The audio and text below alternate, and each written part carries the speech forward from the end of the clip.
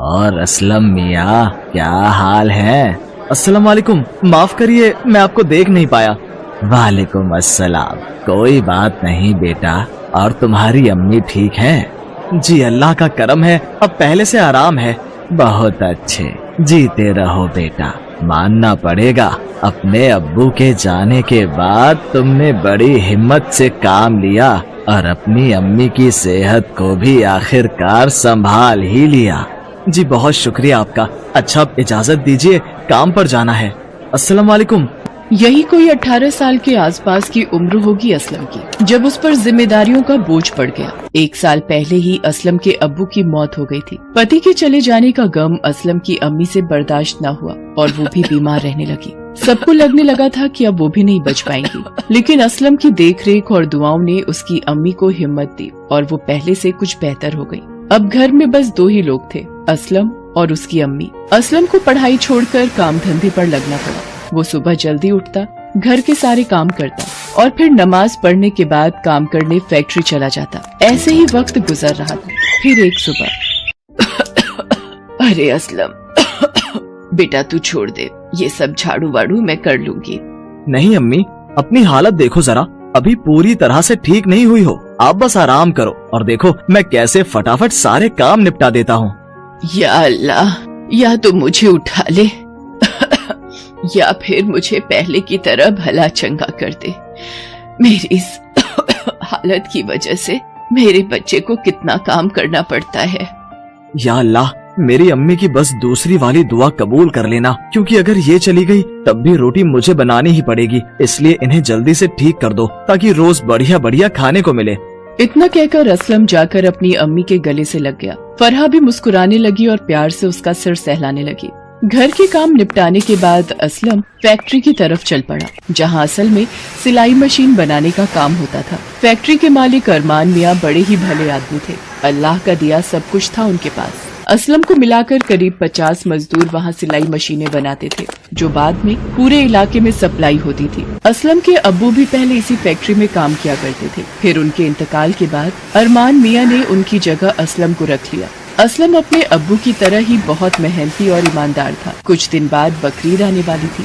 असलम चाहता था कि इस बार उसके घर में अल्लाह के नाम की कुर्बानी हो और इसके लिए वो पैसे जोड़ने की कोशिश भी कर रहा था। हालांकि अम्मी की दवाइयों के खर्च और बाकी खर्चों के साथ ये मुमकिन नहीं हो पा रहा था।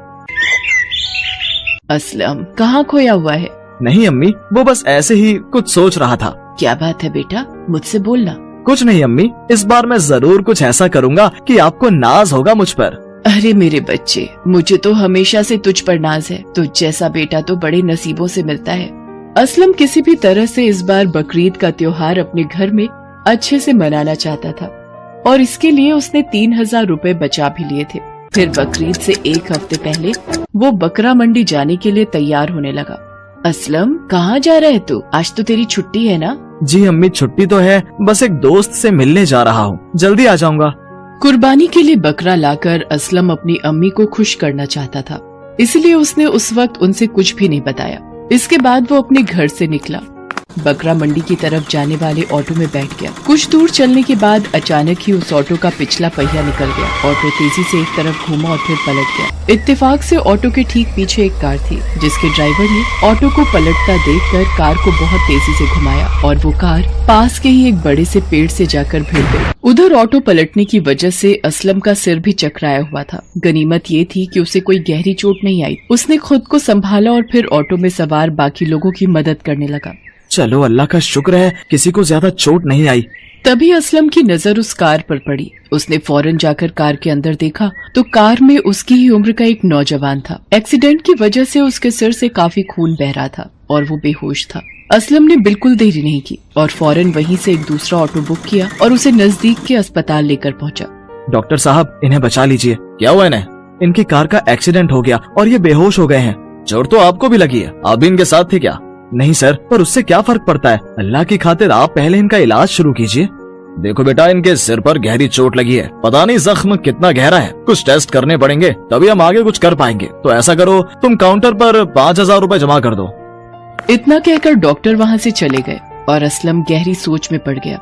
उसकी जेब में उस वक्त सिर्फ 3000 रुपए थे। जो असल में उसने किसी और काम के लिए रखे थे। आपके मरीज को ऑपरेशन थिएटर ले जा रहे हैं, ये उसका सामान है, इन्हें आप रख लीजिए। जी शुक्रिया आपका। असलम ने पर्स खोलकर देखा तो उसमें रखी आईडी से पता चला कि उस लड़के का नाम फरहान है। उसके पर्स में 2000 रुपए भी थे। असलम ने उन 2000 रुपयों के साथ अपने 3000 रुपए मिलाए और काउंटर पर जमा कर दिए। कुछ देर बाद डॉक्टर साहब अब कैसे हैं वो? ऊपर वाले का शुक्र है कि तुम उन्हें सही वक्त पर यहाँ ले आए, वरना जान बचाना बहुत मुश्किल हो जाता। या अल्लाह, बहुत बहुत शुक्रिया। अच्छा बेटा देखो, मैं जानता हूँ कि तुम इस लड़के के परिवार से नहीं हो, इसलिए मैंने तुमसे सिर्फ टेस्ट के पैसे जमा करने को कहा और इस लड़के का ऑपरेशन कर दिया। पर अब तुम्हें जल्द ही इसके परिवार वालों को ढूंढना होगा आगे की फॉर्मेलिटीज के लिए। जी मैं उन्हें ढूंढने की कोशिश करता हूँ। काफी देर सोचने के बाद असलम को एक तरीका सूझा और उसने फरहान के पास जाकर उसके फिंगरप्रिंट से उसके फोन को अनलॉक किया। फिर उसने उस लड़के के फोन की लास्ट कॉल वाले नंबर पर कॉल किया और सारा हाल बता दिया। वो नंबर फरहान के एक दोस्त का था, जिसने तुरंत ही उसके घर पर हादसे की इत्तला कर दी। कुछ देर बाद एक बड़ी सी गाड़ी अस्पताल के बाहर आकर रुकी। उस गाड़ी से अरमान मियाँ बाहर निकले, जिनकी फैक्ट्री में असलम काम करता था। असलम, तुम यहाँ क्या कर रहे हो और ये तुम्हारे सर पर चोट कैसी? सब ठीक तो है ना? जी मैं तो ठीक हूँ, बस किसी का इंतजार कर रहा हूँ। एक भाईजान अंदर एडमिट हैं, उनके अब्बू यहाँ आने वाले हैं। असल में फरहान अरमान मियाँ का ही बेटा था, जो एक दिन पहले ही विदेश से अपनी पढ़ाई खत्म करके वापस लौटा था। असलम ने उसे कभी नहीं देखा था, इसलिए पहचान नहीं सका। अरमान मियाँ भी उस वक्त तक कुछ नहीं जानते थे। उन्होंने असलम को अपने बेटे के एक्सीडेंट के बारे में बताया और फिर दोनों अस्पताल के अंदर गए। वहाँ जाकर दोनों को सच्चाई का पता चला। भाई साहब, आपके लड़के की जान बची है तो इस लड़के की वजह से। ये लड़का बड़ा हिम्मती और नेक दिल है। बिना जान पहचान होते हुए भी इसने आपके बेटे को बचाने के लिए अपनी जमा पूंजी लगा दी। कुछ घायल होने के बावजूद इसे आपके बेटे की ही चिंता थी हर वक्त। यकीन मानिए, अगर अस्पताल लाने में थोड़ी सी भी देर हो जाती तो हालात कुछ और ही होते। सच्चाई जानकर अरमान मियाँ ने असलम के हाथ पकड़ लिए और रोते हुए उससे बोले, असलम बेटे, मैं किस तरह तुम्हारा शुक्रिया अदा करूं? तुम्हारा ये एहसान मैं कैसे चुकाऊं? नहीं मालिक, ये आप क्या कर रहे हैं? आप मालिक साहब, एहसान तो आपका है मुझ पर। तभी अस्पताल का एक कर्मचारी वहाँ आया और उसने काउंटर पर जमा कराए गए 5000 रुपए की रसीद अरमान मियाँ को पकड़ा दी, जिसे देखकर वो सारी बात समझ गए और असलम से बोले, बेटा ये पैसे तुमने काउंटर पर जमा किए, पर अभी तो तुम्हें तनख्वाह भी नहीं मिली होगी। जी वो मैंने ये पैसे बचा कर रखे थे। असलम की हिचकिचाहट और मुरझाया हुआ चेहरा देखकर अरमान मियाँ पूरी बात समझ गए। उन्होंने असलम को गले से लगा लिया और फिर अपने ड्राइवर से कहकर असलम को उसके घर छुड़वाया। फिर उसी शाम असलम के घर के दरवाजे पर किसी ने दस्तक दी। जी बताइए। जी ये आपके लिए ये बकरा अरमान मियाँ ने भेजा है और कहा है कि बकरा ईद पर कुर्बानी के बाद उनके बेटे की सलामती की दुआ जरूर करना। उस बकरे को देखकर असलम की आंखों में आंसू आ गए। फिर सब ठीक हो गया। असलम और उसकी अम्मी ने बड़े दिनों बाद कोई त्योहार अच्छे से मनाया और सही मायने में असलम ने जो कहा था वो कर दिखाया, क्योंकि अब सिर्फ असलम की अम्मी को ही नहीं बल्कि उसे जानने वाले हर शख्स को उस पर नाज था।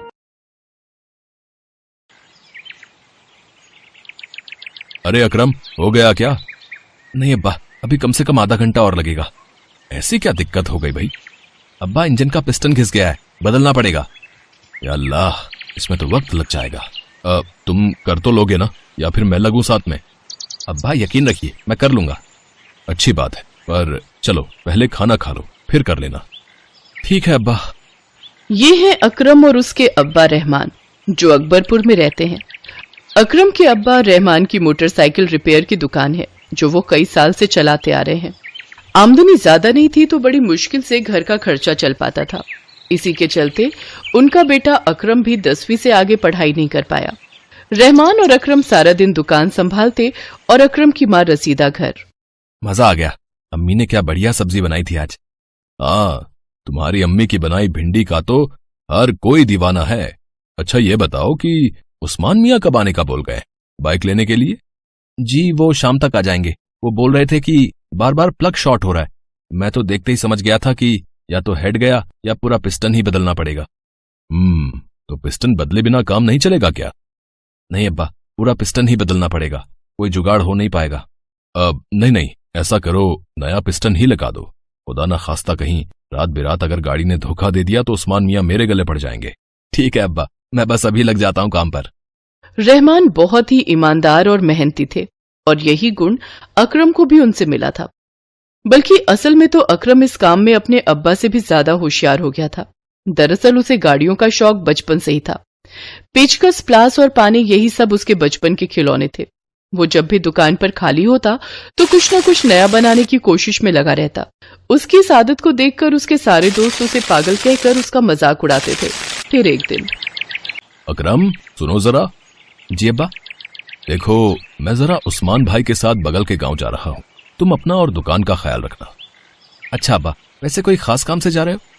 हाँ बेटा, वो उस्मान भाई को बकरा लेना है ना, बकरीद के लिए।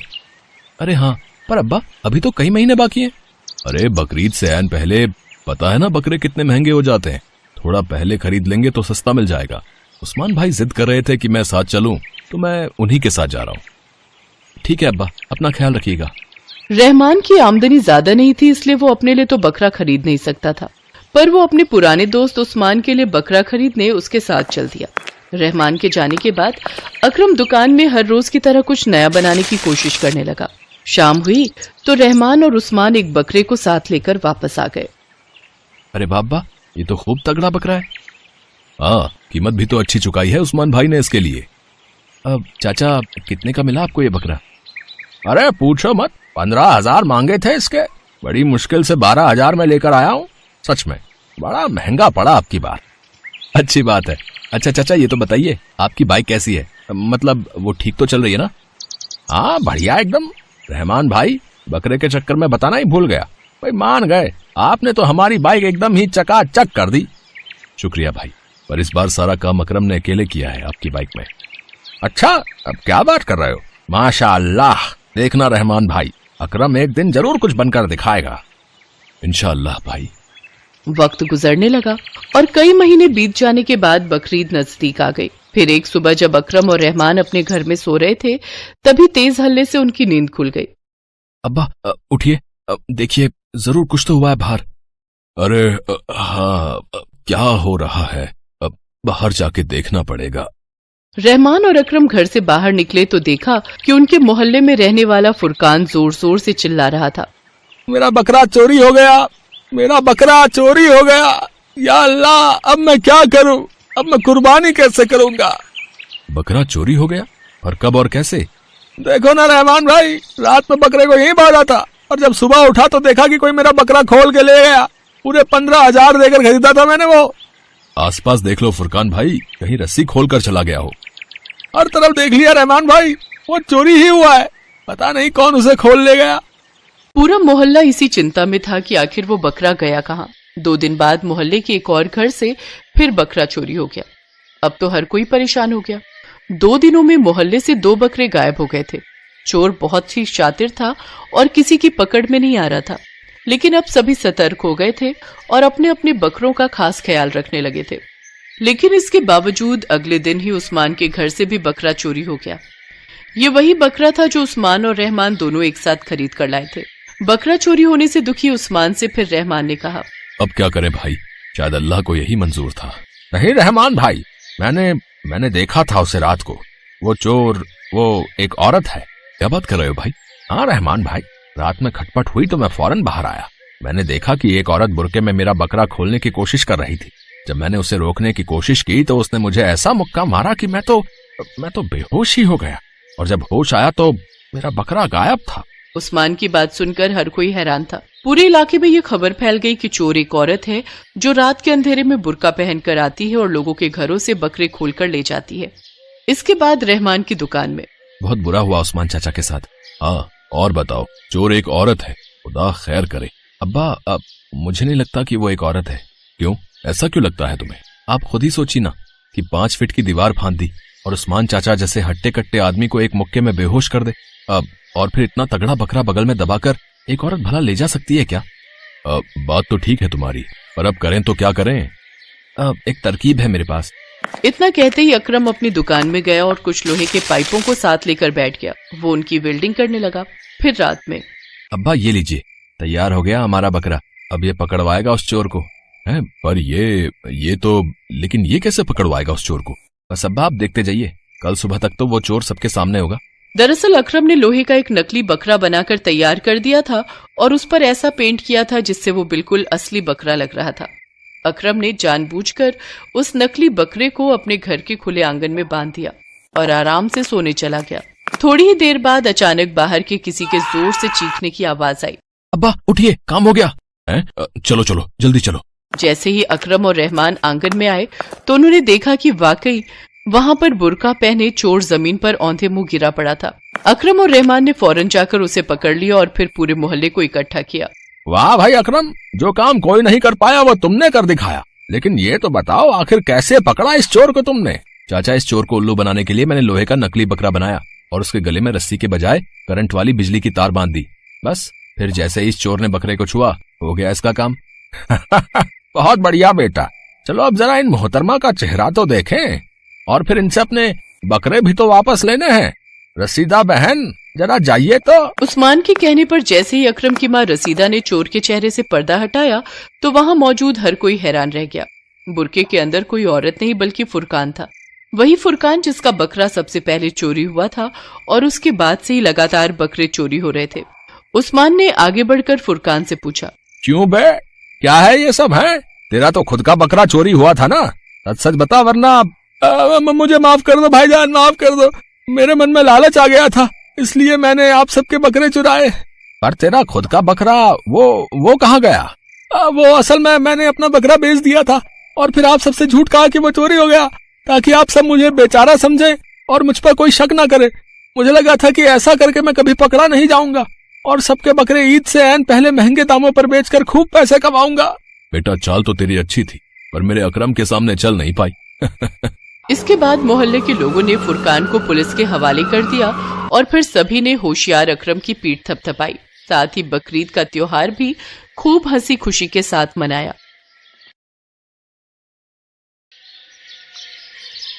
नदीम एक गरीब मजदूर था।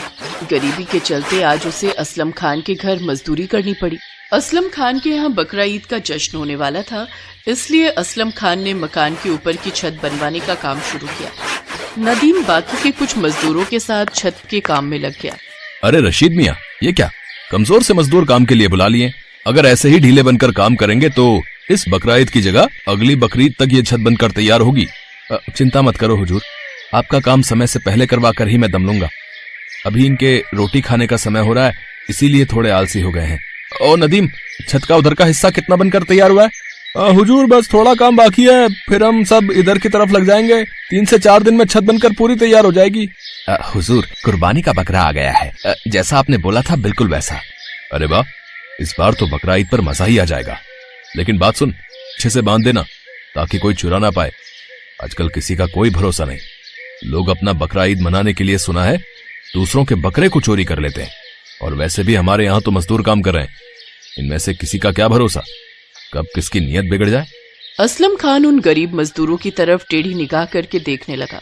मजदूर बेचारे कुछ नहीं बोले, चुपचाप वो काम पर लगे रहे। शाम को छुट्टी होने के बाद सब मजदूरों को उनके पैसे दिए गए। हुजूर, मजदूरों को आज के पैसे देने हैं, मैं सोच रहा था आप मुझे दे दो तो मैं इन्हें बांट दूं, फिर कल सुबह ये सब समय पर पहुंच जाएंगे। अरे रशीद भाई, तुमने कह दिया और ये सब समय पर आ गए, ऐसा कभी नहीं होता। अब इस नदीम को ही देख लो, आज भी 10 बजे काम पर पहुंचा। पूछ इससे, आज ये देर से क्यों आया था? हुजूर, बेगम को 1 महीना पहले ही बच्चा हुआ है, घर में देखभाल करने वाला कोई भी नहीं है।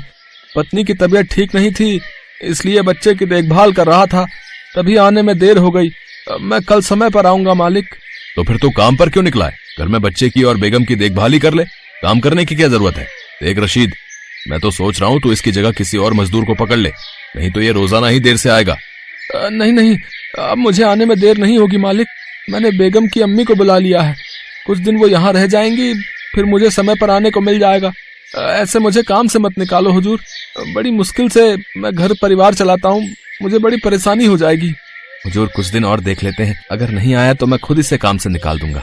ठीक है, तो आज फिर इसके 100 रुपए काट कर दे, तभी इसे समझ आएगी। पकड़, इसके 150 रुपए हाथ में दे दे। मालिक, मेरे घर में छोटा बच्चा है, आप मेरे इतने रुपए काट लोगे, घर में खाने को कुछ भी नहीं है। बच्चे का दूध भी खरीदना है, घर में खाने का सामान और राशन भी खत्म है। बड़ी मुश्किल से। रशीद नदीम की बात बीच में ही काट देता है। अरे बड़े लोग हैं, इनके सामने इतना बोलना सही नहीं है। जितने दे रहे हैं उतने रख ले, नहीं तो इस काम से भी जाएगा। ये तो मैं हूं जो तेरा काम बचाने की फिराक में हूं, और तू जानबूझकर अपने पैरों पर कुल्हाड़ी मार रहा है। चल अब चुपचाप जा और कल समय पर आ जाना। नदीम की मजबूरी थी कि वो अपनी गरीबी के कारण इस समय चुप था। वो कुछ नहीं बोला और 150 रुपए लेकर उसने बाजार से कुछ सामान और बच्चे के लिए दूध खरीदा और घर पहुंचा। अच्छा हुआ आप सब्जियां ले आए, मैं जल्दी से कुछ खाने का बना लेती हूँ। सलमा, तू बच्चे के पास बैठ, खाना मैं बना लेती हूँ। क्या हुआ, तुम्हारा चेहरा क्यों उतरा हुआ है? तबीयत तो ठीक है ना तुम्हारी? क्या करूं सलमा, मुझे जबरदस्ती असलम खान के घर काम करना पड़ रहा है। क्या हुआ बेटा, सब ठीक तो है ना? नदीम असलम खान के घर हुआ आज का सारा वाकया बताता है। ये तो असलम मियाँ की बात बहुत ही गलत है। थोड़ा तो उन्हें खुदा से डरना चाहिए कि ऐसे हम गरीब मजदूरों के पैसे काटकर वो अपने खजाने भरकर क्या ही करेंगे। बेटी, इन लोगों को कोई फर्क नहीं पड़ता। कोई गरीब मजदूर बेचारा पूरा दिन मेहनत करके जो थोड़े पैसे कमाता है, ये लोग उसे कोई अहमियत नहीं देते। ये पैसे वाले अपना रौब अलग ही दिखाते हैं। गरीब मजबूर बेचारे इनके आगे कुछ नहीं बोल सकते। ये लो, तुम दोनों खाना खाओ, मैं गरम गरम रोटी सेक रही हूँ। सलमा, तू भी खा ले बेटी, तेरा भूखा रहना बच्चे के लिए ठीक नहीं। कोई नहीं, अपने बीबी बच्चों के लिए थोड़ा बर्दाश्त कर लूंगा, कल सुबह जल्दी निकल जाऊंगा। अगले दिन नदीम जल्दी ही काम पर चला जाता है। इतनी देर तक मजदूर काम पर नहीं आए थे। नदीम छत पर गया और अपना काम करने लगा। तभी तेज बारिश हो गई, जिस कारण छत पर पानी भर गया। अरे आज तो काम हो ही नहीं सकता, बारिश में छत गीली हो गई है। अब तो काम कल ही करना पड़ेगा। देखता हूँ, रशीद मियाँ को फोन कर लूंगा। इसी कारण मुझे लगता है बाकी मजदूर भी काम पर नहीं आए हैं। मुझे लगता है सबने छुट्टी कर ली होगी। मैं भी घर ही चला जाता हूँ। नदीम घर जाने लगता है, तभी असलम उसे आवाज लगाता है। अरे अरे, कहाँ जा रहे हो? अभी सारे मजदूरों को आने दो। आज छत का काम नहीं तो बगीचे की सारी सफाई तुमसे ही करवा लूंगा। कम से कम मेरा दिन तो खराब नहीं होगा। मेहमान आएंगे तो पूरा घर साफ करना जरूरी है। जाओ, मैं अभी थोड़ी देर में आता हूँ, फिर तुम्हें बता दूंगा कि बगीचे को कैसे साफ करना है। जी हुजूर। नदीम बगीचे की सफाई करने के लिए चला जाता है। और भी मजदूर आ जाते हैं और वो भी असलम खान के कहने पर बगीचे की सफाई करने लगते हैं।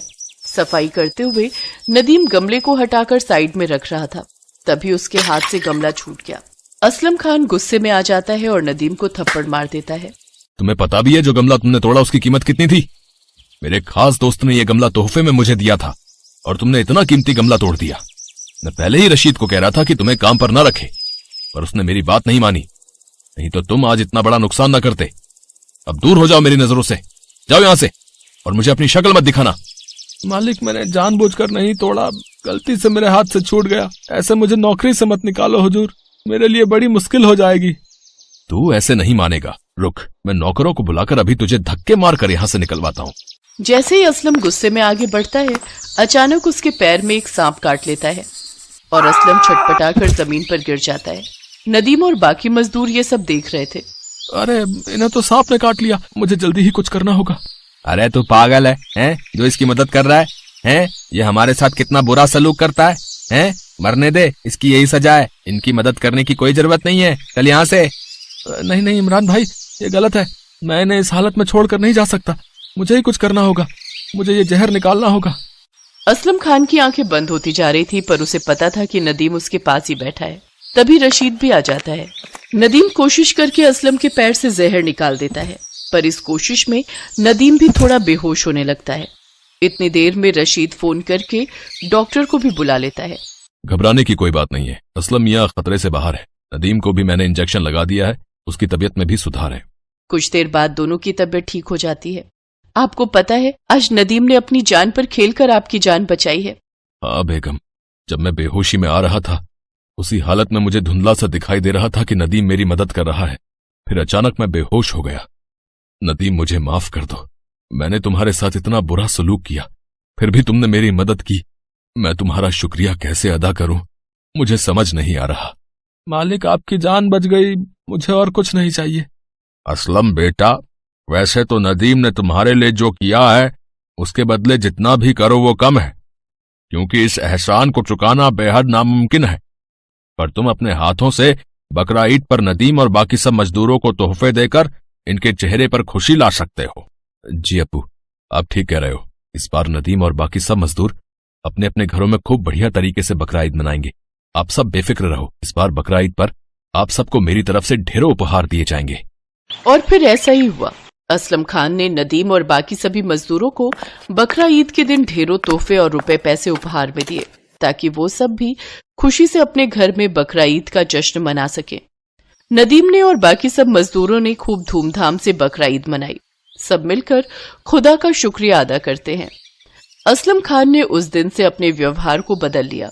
वो नदीम और बाकी सब मजदूरों के साथ बहुत अच्छे से बर्ताव करता था।